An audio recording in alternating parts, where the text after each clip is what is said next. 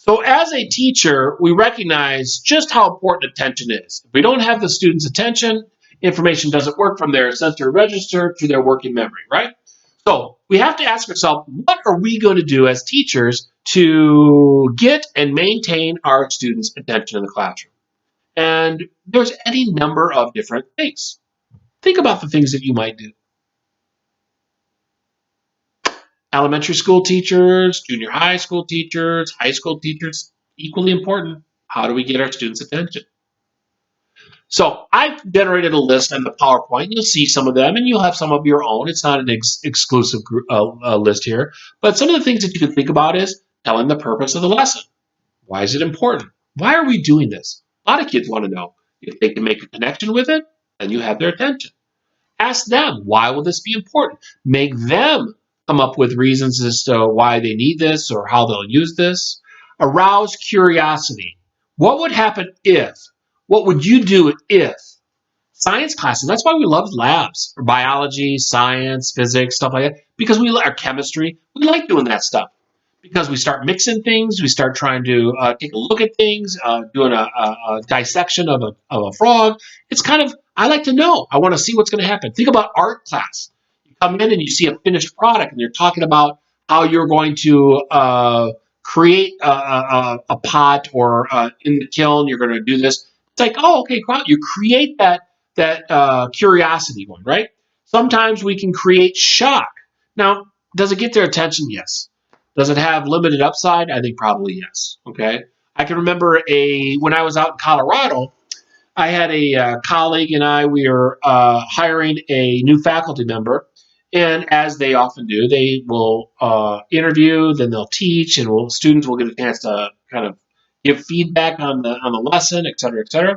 And this teacher, this professor, talked about how sometimes when he's teaching, he would get up on a table and start teaching from the table. Now, being polite, you hear that in an interview, and you start thinking, "Oh, interesting. I don't know what I'm going to do with that, but interesting." Well, sure as you could count on it, he says it, he does it. Where he's teaching a lesson in a class, and he gets up on a table, and he starts teaching from there, and it certainly has the student's attention. But after a while, I have to think that their attention is not on the content, but more or less on the guy standing on the table. Like, I wonder when he's going to get down, or this guy's going to fall, or why is he still on the table? Or suddenly that initial shock got their attention, now serves as a distraction. So you have to keep that in mind as well. Altering the physical environment, moving seats, changing things up, shifting your presentation style. Maybe it's think about how you're talking. Maybe you have a whiteboard. Maybe you have a PowerPoint. Maybe you have a video. Think about how they're taking that information in. Keep in mind movement, gestures, voice inflection. Wow, your voice is such an integral part of your teaching. When you talk about things that are not so important, we can kind of just talk in a soft tone and we can just move along. Maybe we'll stop. Maybe we raise our voice when we think it's important, or it's this, or keep this in mind, or it's really important, or think about how we use our voice on a daily basis in our instruction that will accentuate a certain point or let the students know that this is going to be something that's valuable to them. Keep in mind avoiding distracting behaviors. We have them as teachers, or clear your throat, or whatever it might be, right?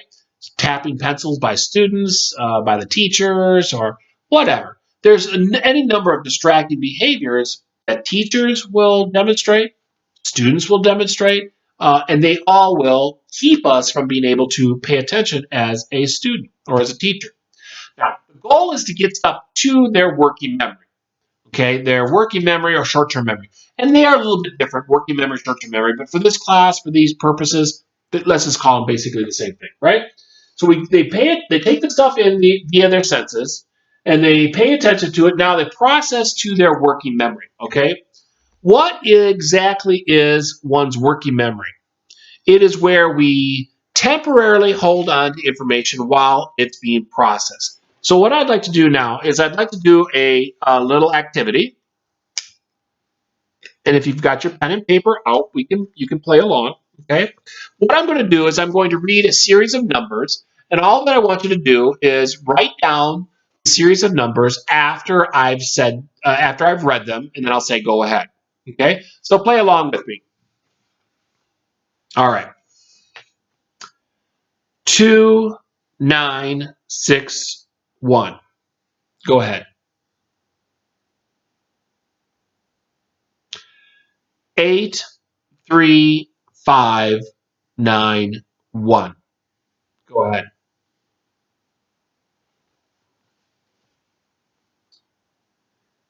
614729.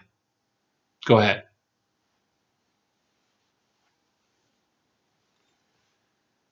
381657. Go ahead.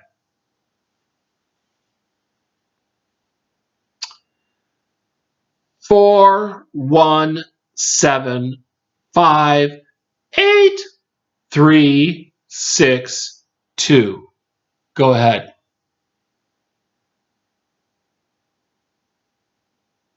Next one. 5726349881. Go ahead.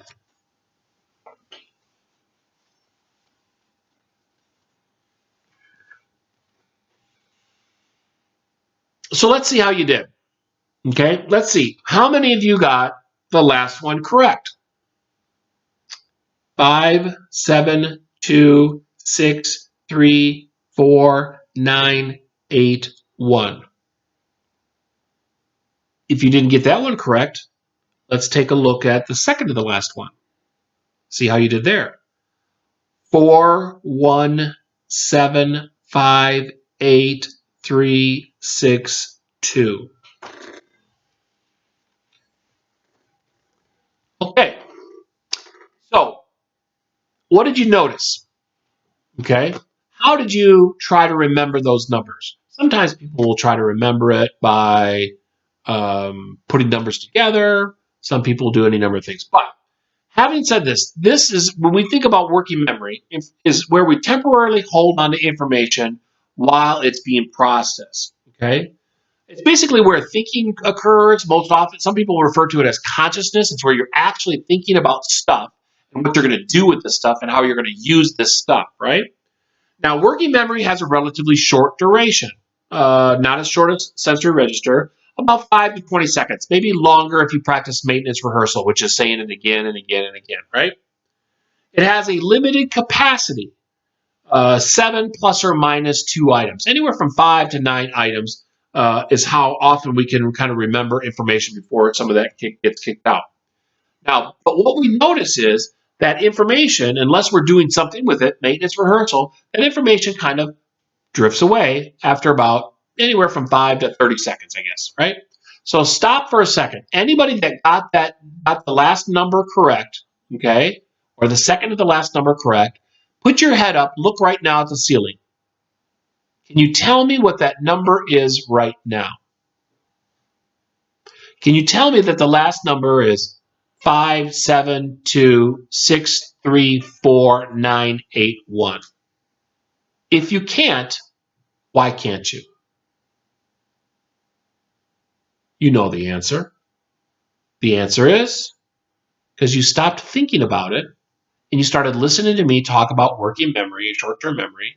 And as a result of thinking and listening about what I was saying, you let those numbers just drift away. That demonstrates exactly how working memory works. You pay attention to stuff, you start thinking about it, what you're going to do with it, how you're going to use it, making connections with old stuff, you start doing something. And then suddenly when you start thinking about new stuff, that old stuff goes away. That is the limited capacity, the limited nature of working memory. Okay? And so the idea is, as a teacher, is we have to think about how much information that we store at a given time. Okay? Now, on your PowerPoint, you will see a series of two, not a series, you'll see two working memory tasks. And I want you to take a look at those two working memory tasks, the one on the left and the one on the right. I'll pull that out in just a second here. And I want you to think about what you notice is the difference between those two slides. And I'm going to I'll pull it out here and I'll start with the next video. And we'll talk about working memory and how it works and functions in the classroom and how it impacts us as a teacher.